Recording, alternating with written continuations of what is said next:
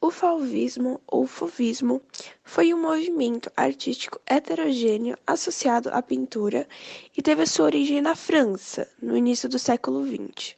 O movimento foi tipicamente francês, iniciando-se por parte dos artistas da época que se opunham a seguir a regra de estética impressionista em vigor da época.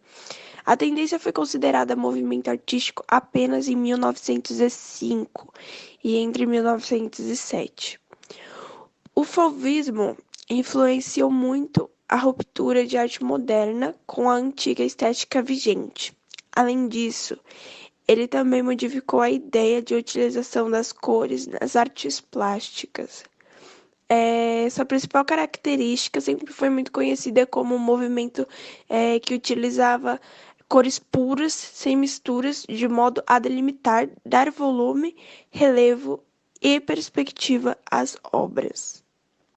Bom, dentre as principais características do fauvismo, a gente pode destacar utilização de cores puras, emprego arbitrário da cor, simplificação das formas, não compromisso com a representação fiel à realidade, influência da arte primitivista e influência da arte pós-impressionista. E um exemplo claro onde dá para ver isso é na obra A Siesta, de Paul Gauguin, que foi feita de 1892 até 94, onde dá para ver claramente na obra que o artista ele não usa, não há muita riqueza em detalhes quando se vai retratar as pessoas da obra e o local, e há a presença de cores bem fortes também. E uma característica que lembra um pouco o tipo de arte pós-impressionista. E esse artista foi também uma das inspirações para o movimento fauvista.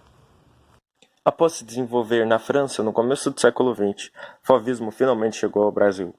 Por aqui, o fauvismo se destacou como uma corrente artística caracterizada pelo uso de cores fortes e marcantes. Entretanto, o movimento não teve muita adesão entre os artistas da época, mas várias influências podem ser vistas em diversas obras nacionais. Arthur Timóteo da Costa se consagrou como um dos principais artistas fauvistas brasileiros.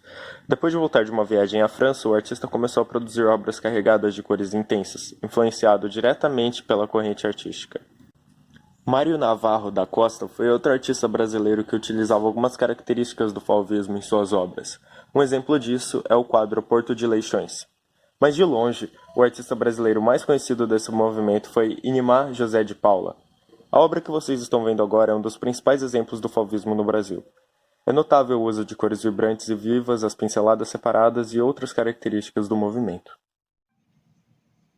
Nascido na França, o fauvismo ganhou categoria de movimento artístico em 1905. Entre seus principais representantes estão Henri Matisse, considerado o pai da corrente, Georges Braque e Paul Cézanne.